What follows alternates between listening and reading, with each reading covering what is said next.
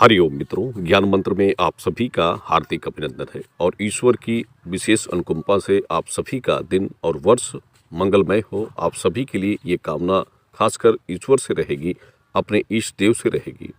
मित्रों, आज की वीडियो की जो जानकारी है ये हम पहले भी लोगों को बता चुके हैं और चूँकि उन जानकारियों के हिसाब से जो रिजल्ट उनको प्राप्त होते हैं तो उसके हिसाब से हम ये प्रेषित करते हैं कि आप उन जानकारियों का और उसके उपायों का प्रयोग करें, जिससे जो माता पिता हैं जिनको संतान प्राप्ति की इच्छा है तो उनके लिए विशेषकर ये उपाय अच्छा होता है और लाभकारी भी होता है।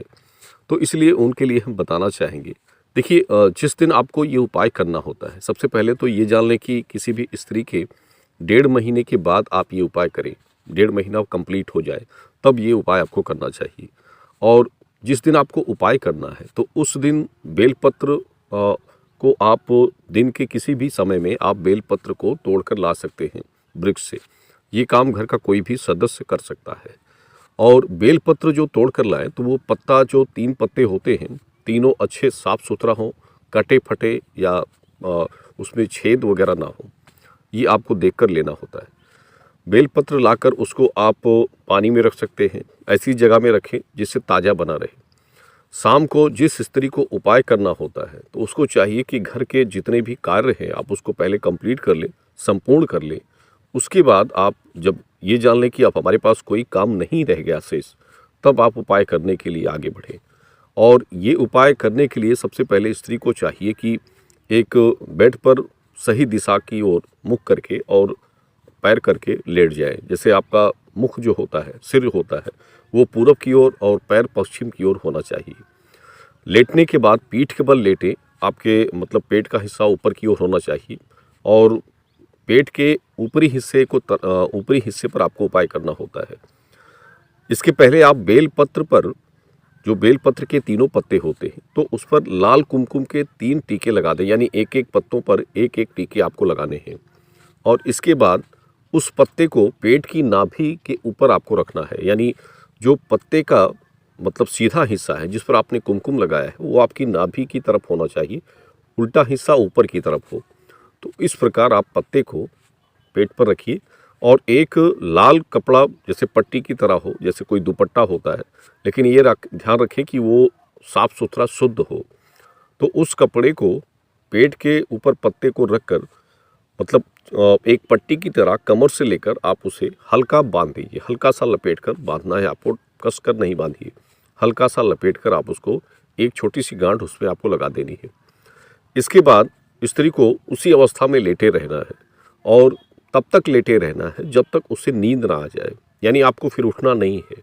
और लेटते हुए जब तक आप सो नहीं जाते हैं तब तक मन में अपने भगवान शिव से ये प्रार्थना करते रहें कि जिस पत्ते से जो उपाय आप कर रहे हैं, जिस कामना के लिए कर रहे हैं, वो कामना आपकी पूरी करें और उनका जो वरदान है, उनका आशीर्वाद आपके साथ हो। आपकी जो एक वंश वृद्धि बढ़ाने की जो इच्छा है उसकी प्राप्ति वो कराएं।